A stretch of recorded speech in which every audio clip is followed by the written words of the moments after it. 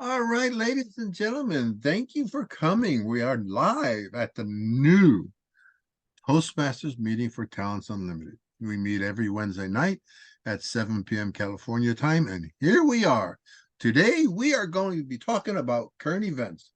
The last time that we had current events, I was telling you about some financial stuff that's going on.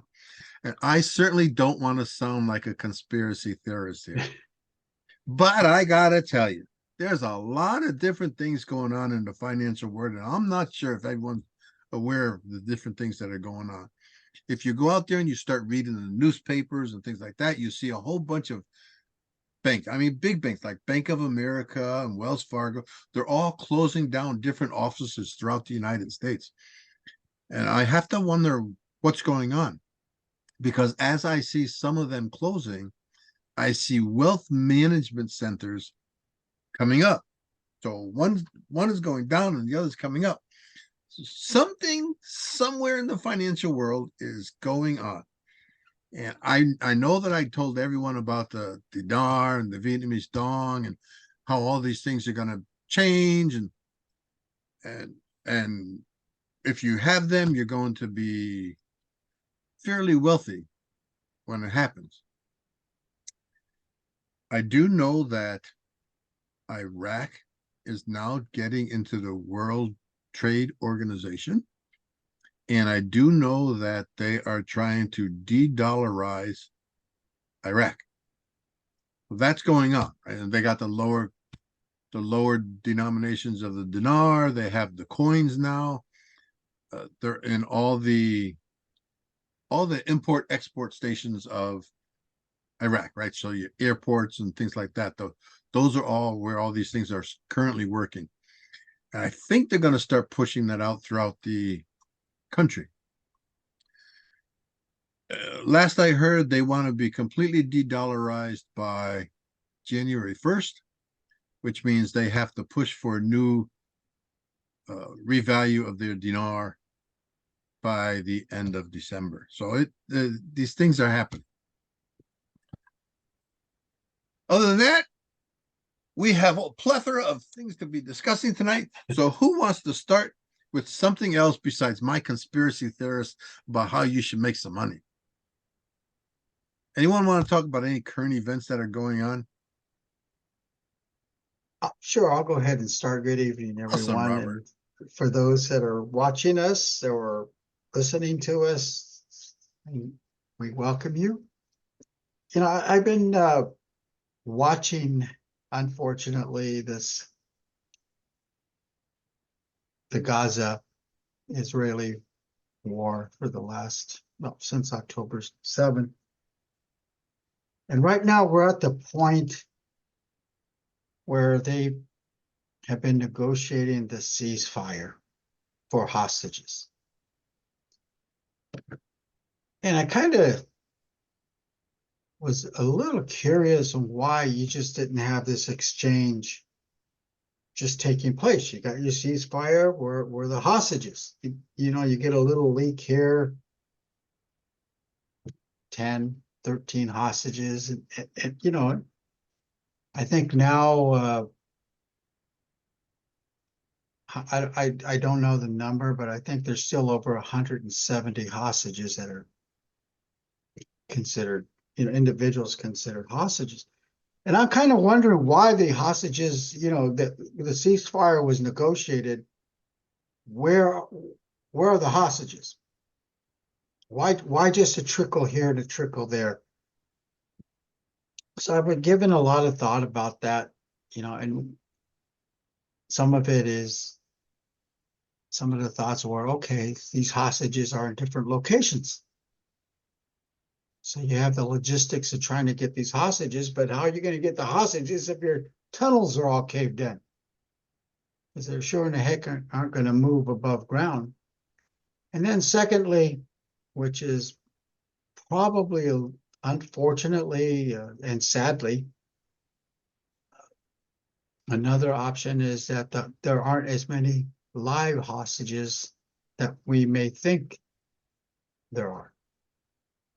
And, and on top of that, the ceasefire has also provided some activity from the terrorist trying to open up another front through the West Bank, which has been neutralized at this point in time during the ceasefire. So I don't know. What are your thoughts? Anybody have any thoughts Well, about where the hostages are? you have to take in consideration what Hamas is all about, right? Yeah. As a terrorist organization, or we see them as a terrorist organization, right? And if you have to know your enemy, you have to realize that Hamas doesn't give a damn about human life. They just don't care. Right? So when they trickle the hostage releases, what they're doing is they're biding time to either rebuild their networks or open up some tunnels, or they're doing whatever it is that they're doing, right? They're biding time. If they gave all the hostages over at once, then the war continues and they have nothing, right? So by doing this, they get stuff that's coming in, they get fuel, they get food, they get all these other different things that are coming in. If anyone wants to sit there and say that these are going to civilians and they're not reaching Hamas, you're blind. Right? I think even Israel realizes that behind the scenes it's reaching Hamas, even though they don't want it to. So Hamas, in their way of thinking, they're doing the right thing because they're biding time and they're getting things that they want.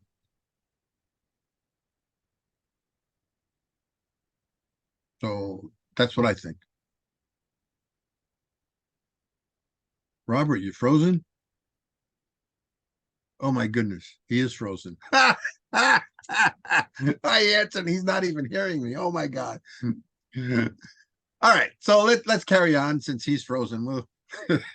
He'll pop out and pop back in again later on. So Carolyn, what do you, there he goes, right? Carol, so what do you think, Carol? Do you see this the same way I'm seeing it, or am I out in the woods somewhere? Well, I kind of do. I don't really dwell on current events because I don't watch any network TV because I don't have cable. I don't have any network TV. So I get my news from, I have like the KTLA News, Newsweek, different little news outlets that send me information. I mostly read about things. I don't watch a lot of stuff on TV as far as news. And I started that habit because I was a single lady that lived alone for a number of years. So, and not to have anxiety, I try not to dwell on the news. I look at the weather, but I don't dwell on the worldly news because when you live alone, then you have anxiety, you be scared, you can't do this. They say don't go outside, don't go to the gas station. I have things to do, so I can't be restricted in that manner. So, but I do know what's going on. I don't dwell on it. Because what I want to do is do some research on the Israel stuff. I want to do some history and see and know more about it. I do read. I saw where they had released the hostages. They had released a lot of children, but since I don't know the background, I know Israel. They have been fighting over there since biblical days. So, So and as if far you as I would, know, it's like they say wars and rumors of wars. I don't know if they're gonna ever stop fighting. But one of the persons that I go to Bible study with says it's gonna be over soon because they depend on tourists to keep the economy up over there.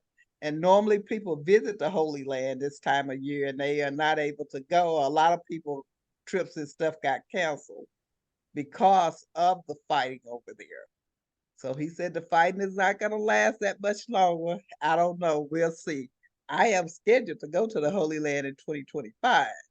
So he said by then everything will be cleared up, cleaned up, and I assume we won't know they had war, but I don't know.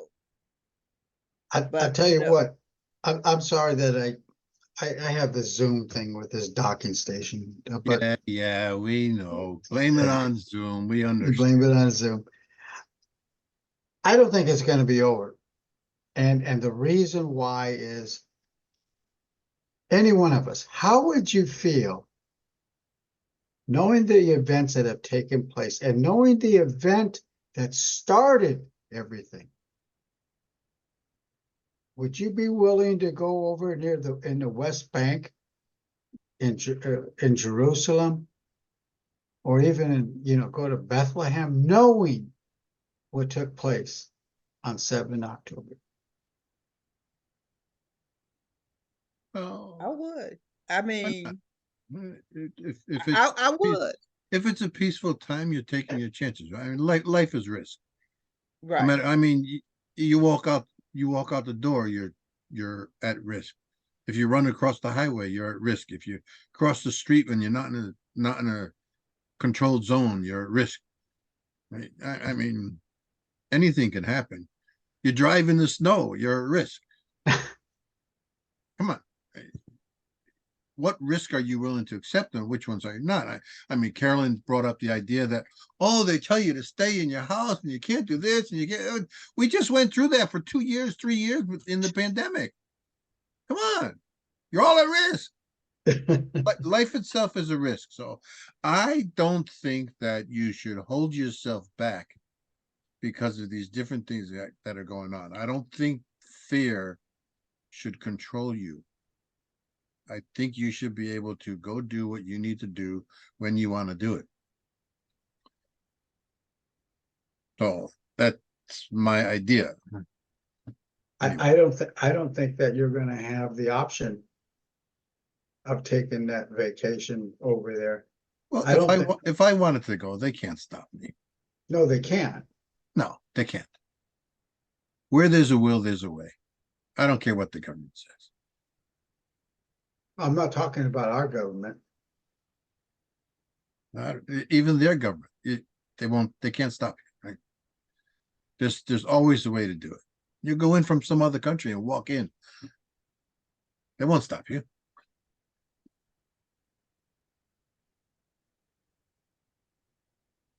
And do Traveling's you have fun. any Annie's over there with a big smile saying that, yeah, I agree. Yeah, sure, no problem. Yeah. Let's see, what is this I have behind me? Let me see if I can get my, Yeah, If get out of the way. You need to move the other way. Move farther so you're in front of the picture. okay, if you don't like something, yes, do that. Yeah, move farther to your right. if you Yeah. can't change it, every time I move the computer. Ah, We can see it though. if you don't like something, change it. If you can't change it, change your attitude. Change your attitude. And I've changed my attitude about it. The main thing is you're hearing different opinions, especially if you listen to the news, which I don't. I'm like you, Carolyn. My husband has this stuff on 24/7. Some of the same people that come on during the day, they come on again at night. MSNBC, CNN, and they talk, and you get all these opinions. We can't do anything about it. All we can do is listen and form opinions. I can't do anything about what's going on over there, but I can pray.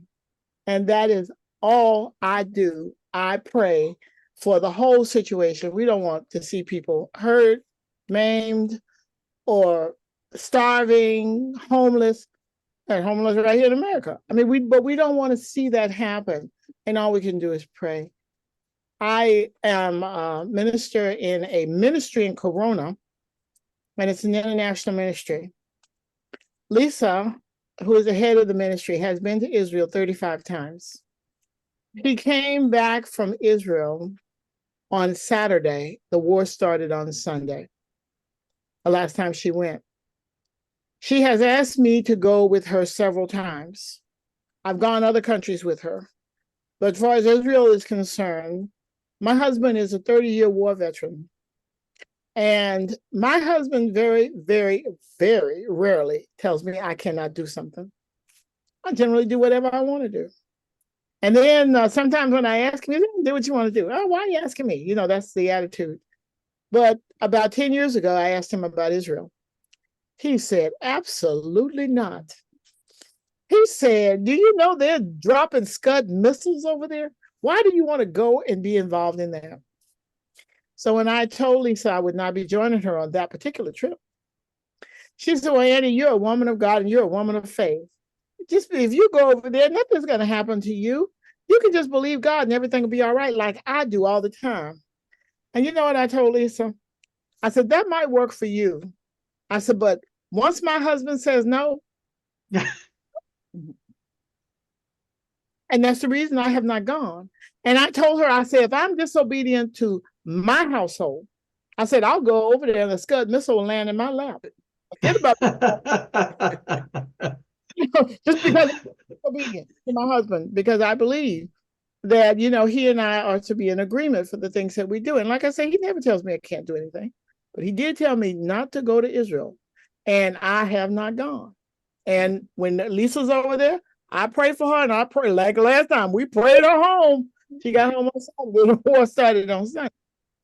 I don't have an opinion about it one way or the other. I'm not going because my husband told me I couldn't go. I don't care about CNN and all the rest of them. You know, it's Your husband is a 30-year war veteran. 30-year Marine. He joined the Yeah, and I was in the Navy, so your husband worked for us. ships. But you know what? I have to agree with him in terms of if you know the violence is going on and you are not willing to take that risk, then you shouldn't. And he was unwilling for you to go take that risk, and he said so. Now, a lot of people sit there and say, well, these wars are going on and they're all happening overseas. Doesn't matter where they're happening. Death is death. Dismemberment is dismemberment. The house is blowing up. Kids being torn apart from their families. It all happens in every single war zone. And you say you're a woman of God. You're a godly woman. So I'm going to ask you to pray for something. I want you to pray to God that no more wars ever exist anywhere in the world ever again. That's the prayer I would like to have answered. Well, I would like to have answered as well. But you can't see right here. Go ahead, Jim. So I can't see people killing each other, because if you haven't, you're basically killing each other because of difference of opinion. That's right. You know, everyone's got an opinion. They're like buttholes. Everyone's got them, and they all stink, and it doesn't matter, right? It's not going to. Your opinion isn't going to change the world. My opinion isn't going to change the world. My actions will change something. My opinions will change nothing. So if we really wanted to do something about the war over there, you would find out what the root cause of that war is, and you would solve that root cause problem, and then the war would cease to exist. Who's gonna find out and solve it though? Who are you talking? I'm just saying, right? If you want the war to stop, you find out what the root problem is, and you solve that root problem, and then the war goes away. It's no different than if you and I are fighting and we're arguing about something. If you find out what the root cause of that argument is and solve that root cause, that argument disappears. I agree with that, but we're not talking about you and I. We're not talking about little problems within our Toastmasters. We're talking about countries. We're talking about we're talking about absolutely. People are, I would say people are gaining from this war. There's black marketeers. Because a lot of that goes over there, like you said, they're not going to get to the people. The black market's going to take it and they're going to sell it. There's a lot of it's a little more than just getting to the root. Because when we pray for the root. We pray for the root of the problem to solve this problem. And that's how you pray, because even in this country, look at what's going on in this country when someone will actually take up a gun.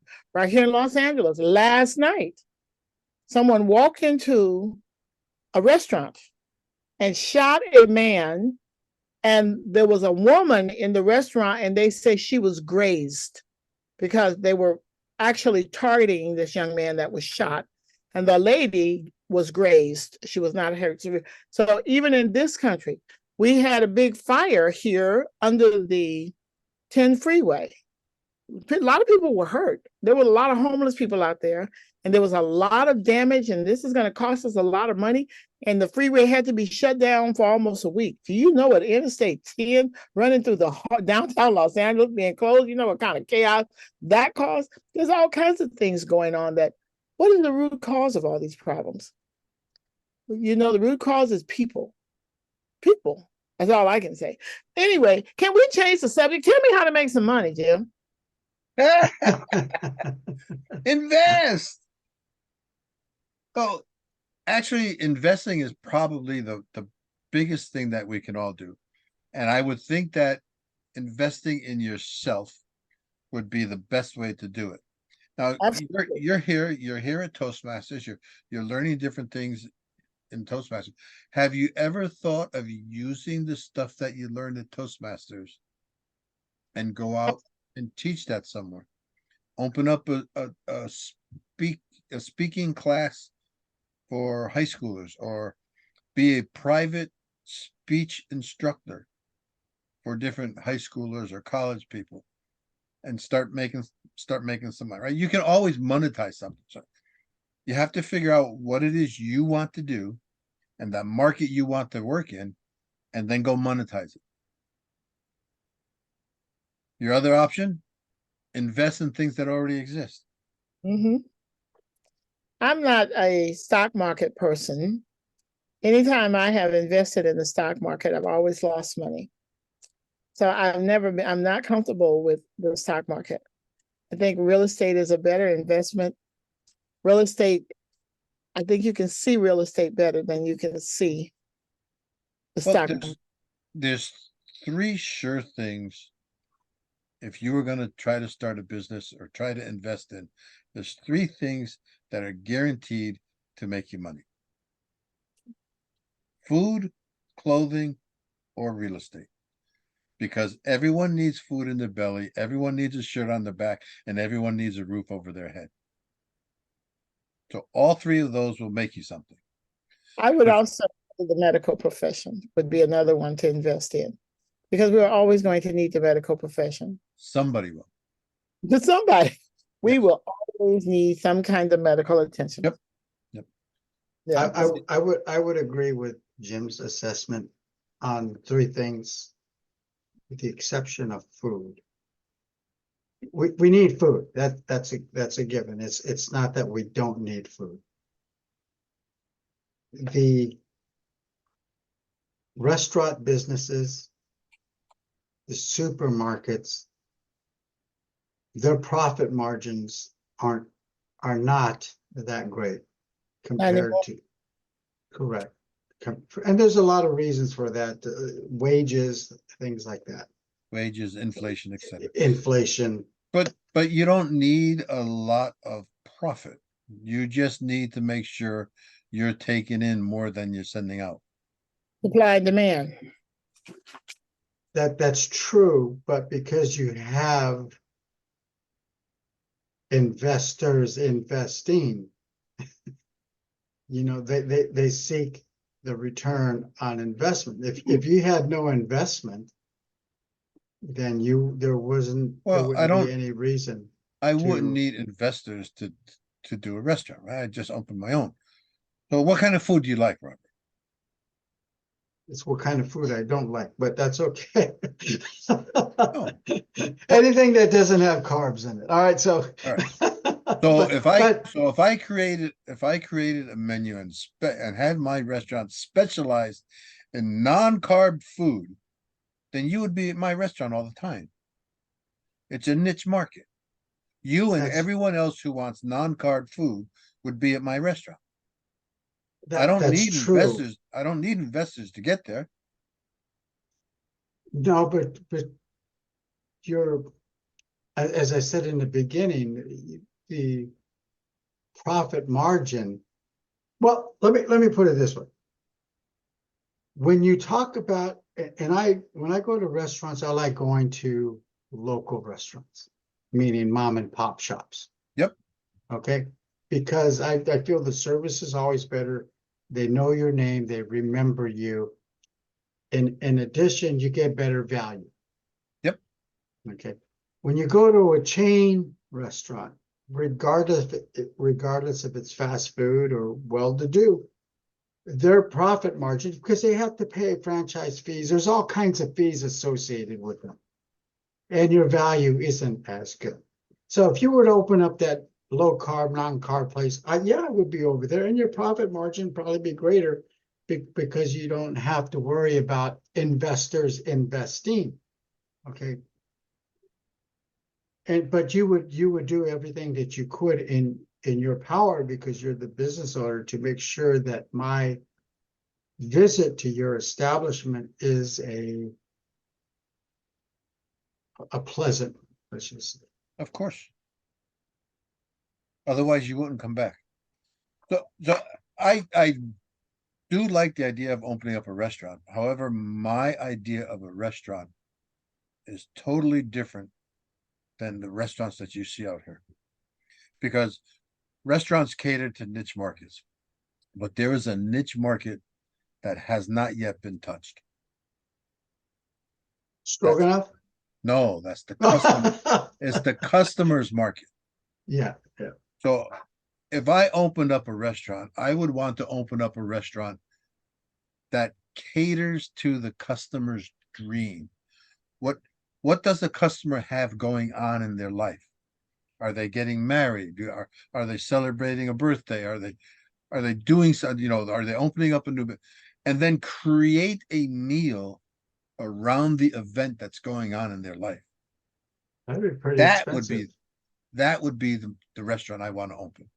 Well, that's a great idea, but I would think that would be kind of pricey, because based on that particular celebration, right, you would have to have a heck of a lot of different ingredients to be able to accommodate that celebration. But you would stock those ingredients normally. Not necessarily, but you're right. There would be a lot of commonality. Yes, I would say probably 80% commonality. But that would be a pretty, and then how would you even charge something like that? Well, I would figure that out, but I mean, the idea is to make it based on the customer's dream, right? What's going on in the customer's life? What's their current dream? And let them live that dream in the food. And if you do that, you're guaranteed to have them always come back for the next event. And I then agree. if it's very good, they will tell their friends and they will have their event there, because Yes. that's how a lot of restaurants build up. They tell their friend, hey, let's go there. We went for my birthday and we had a great time. The food was wonderful. And the friend will say, okay, I think I'll go for my birthday. So I can see that would be a good niche market. And I can see that it could be a survival restaurant. I think it would be great. I feel the same way as you do, Jim, on landscaping, Mhm. lawn services, right? Yep. One of the things that is a big, huge pet peeve for me are lawn caring services. The trim cut, the edge cut, blow, and then they leave. And then they wonder why you lay them off, if you will, during the winter months, right? But Well, nothing. it It doesn't grow during the winters. That's true. That's true. But it would in Los Angeles. But out here in the Antelope Valley, there's more truth to that nothing really grows. However, there is opportunity because you have opportunities to prune, you have opportunities to fix sprinklers, you have opportunities to actually to landscape, to design things. Whereas you have individuals who just show up on a Saturday morning, perform a service, and then they leave. And Well, then they Robert, wonder what. it sounds like you want to open up a landscaping business. Yeah, I already thought of a name called the Garden of Eden. Hmm. So, But see, Robert, those are not landscapers, those are just leaf blowers, I call them. yeah, Because you're we right. were growing you're up, right. my grandfather had a so-called landscaping business. So during the summer, you mowed the grass, cut the trees, and all of that. During the other months, you raked the leaves, you worked the flower beds, you did different things. So that's what your service. You know, a lot of times you have people, they come and do what they intend to do. They don't intend to do anything else unless you tell them or ask them. You know, when I hire a landscaper, I ask them what all they can do in their services. And since I did that growing up, I know what they should be doing. So I watch them and I have to help them along if they're not doing things properly. You know, but a lot of landscaping companies per se, or I call them just leaf blowers because that's all they want to do is blow the leaf. They don't want to do anything else. Just think of it as just think for a second, your analogy of what your grandfather did was quite commendable, the way they provide service. But imagine going into a restaurant and having to define what you're going to order on the menu, right? You're going to create the menu versus the menu already being created, what you're going to provide for a cost. Why Now, not? if you have an individual knocking on your door saying, "Hey, I'm Joe Blow, and I'm not from the Garden of Eden," but this person comes up and says, "Hey, I just want to cut your lawn, edge it, and blow the leaves out in the street. Would you hire me?" Right? Versus, "Hi, I'm from the Garden of Eden, and I'm here to provide full service lawn care with X, Y, Z, A, B, C, D, E, F, G, all the way to Z, if you can, at a reasonable price." And that price may be a little bit more, including adjusting your sprinkler timers and things like that. Whereas the common leaf blower person doesn't care. They don't look long term. They don't care if your sprinklers work or not, even though the sprinklers are what causes growth.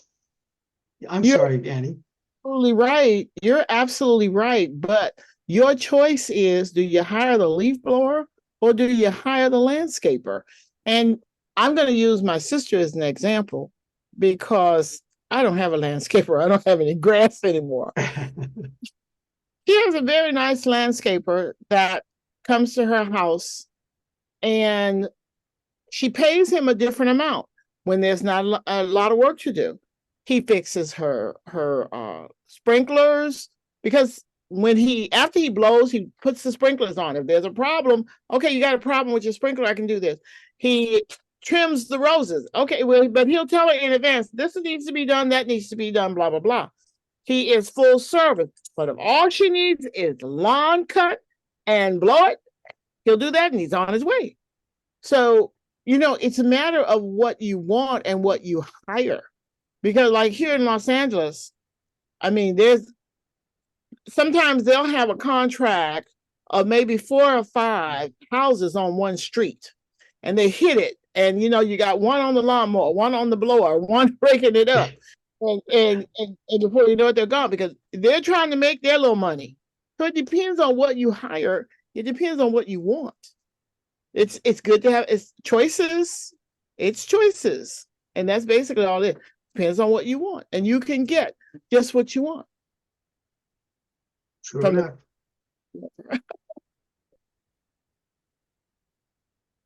So that's why I do my own now. That's why your sciatica is the way it is. Oh no, that's what keeps me out of trouble. Sitting in this chair is what the problem is. But the city of Los Angeles wanted everybody to get rid of their yards, so they offered a deal to have some folks come in and dig your lawn up and put down bark and put down some flowers. We did that several years ago, and I hated the flowers they put down. So finally, I had one of my sons dig all those flowers up. But we still don't have any grass. I have a nice, my kids did a nice rock sculpture in the front yard. So between the Oh, rock okay. and then we do have some flowers and they're in pots. My roses are in pots. And so I don't have to worry about landscaping. But I'm here in Los Angeles, so. Yeah, I'd like to have a whole entire lawn of portulacas. But get rid of the lawn and just put in the portulacas. What is a portulacas? The Vietnamese roses, the ones that open up during the day and close at night. Oh, okay. Never saw those. Never. Yeah, Oh. they're all multicolored. So you have the whole entire area where your lawn is with these roses and stuff, right? Is They only grow about that tall. is that what they had in the Wizard of Oz when they all fainted? No. Well, Oh, those y'all are talk- poppies.